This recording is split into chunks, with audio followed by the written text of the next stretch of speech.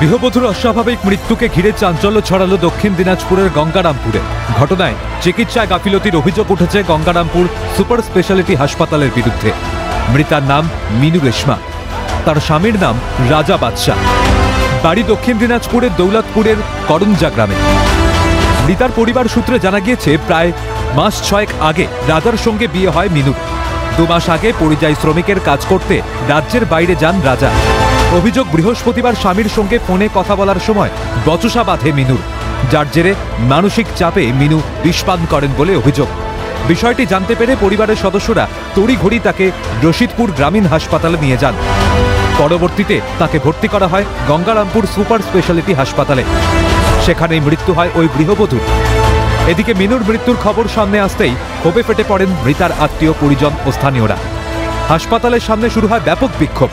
খবর পেয়ে ঘটনাস্থলে ছুটে আসেন গঙ্গারামপুরের এসডিপিও দীপাঞ্জন ভট্টাচার্য ও আইসি শান্তনু মিত্র।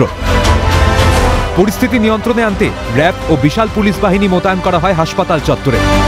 মৃতার পরিবারের সদস্যদের অভিযোগ, গঙ্গারামপুর সুপার স্পেশালিটি হাসপাতালে সময় মতো চিকিৎসা করা হয়নি মিনুর, সেই কারণেই মৃত্যু হয়েছে ওই গৃহবধূর।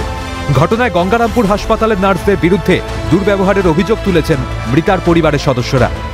এই যে মৃত্যুতে এই যে ডাক্তারবাবু আর এই যে আয়াগুলো দেয় নার্সগুলো, কেন ওরা স্যালাইন দিবে না? ওরা দেখবে না ভালো করে?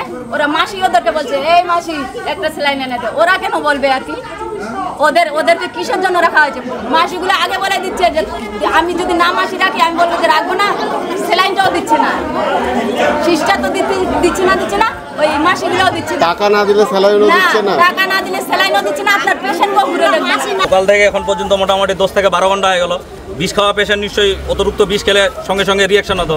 তো পেশেন্টটা সুস্থ থাকার পর ওরা চেক আপ করেছে সুস্থ ছিল। সুস্থ পেশেন্ট নিশ্চয়ই মারা যাবে না, এটুকু সেন্স তো ওদেরও আছে, আমাদেরও আছে। তার উপর কি করে পেশেন্টটা 10 থেকে 12 ঘন্টা পর মারা গেল? কারণ ওরা কিন্তু ওয়াশ করেনি। পেশেন্টটার ওয়াশ করা দরকার ছিল। লোকেরা বলতে যায় যে পেশেন্টটা দেখো কোনো রিয়াকশন করছে না, আদার্স কিছু। ওরা কিন্তু বলছে কি ও বিষ খেয়ে যেত, মাইন্ড ভালো নয়, অমুক তমুক, আরো বিষ খাওয়াই দেয়, পারলে মারে ফেলো। এরকম কি ধরনের সেন্স আর কি কথাটা? এরা তার উপর কোনো নার্সকে যদি আমরা বলতে যাচ্ছি, আচ্ছা নার্স কোথার অর্থ হলো সেবা করা, ওরা জানে তো এইটুকু, তাহলে ওরা সেবা করবে না আমাদেরকে দাবড়িয়ে ওখান থেকে বার করে দিবে? মারধর করে বলতে কি আইসি আমাদের গলা চাপে ধরে। অভিযোগ করছেন? আমরা অভিযোগ এখনো বর্তমানে করিনি, তবে আমরা প্ল্যানিং নিচ্ছি। এসপি অফিসে আমরা অভিযোগ করব, হ্যাঁ স্বাস্থ্য দপ্তরেও আমরা অভিযোগ করবো। আমরা যেটা করছি, এখানে একজন হসপিটালে একজন মহিলা 22 বছরের বয়স, বিষ খেয়ে মারা গেছে। পরিবারের লোকজন ট্রিটমেন্ট নাকি ঠিকঠাক হয়নি, সেই তুলনা সৃষ্টি হচ্ছে। এখন সিচুয়েশন কন্ট্রোলে আছে। বিষ খেয়ে হসপিটালে ভর্তি হয়েছে, তারপর এখানে এক্সপায়ার করে গেছে আনফর্চুনেটলি। বডি এখন কি কোথায় নিয়ে যাওয়া হচ্ছে? এখন বালুঘাটে মর্গে পাঠানো। এদিকে গাফিলতির অভিযোগ খতিয়ে দেখার আশ্বাস দিয়েছেন গঙ্গারামপুর সুপার স্পেশালিটি হাসপাতালের সুপার বাবু সোনা সাহা। বিষয়টা খতিয়ে দেখবো। আমাদের দিক থেকে বাড়ির লোকের সাথে কথাবার্তা হয়েছে, সব রকম আলোচনা হয়েছে। আমরা বিষয়টা খতিয়ে দেখছি, যদি কোনো অসুবিধা বেরোয় তাহলে আমরা সেরকম ব্যবস্থা করব।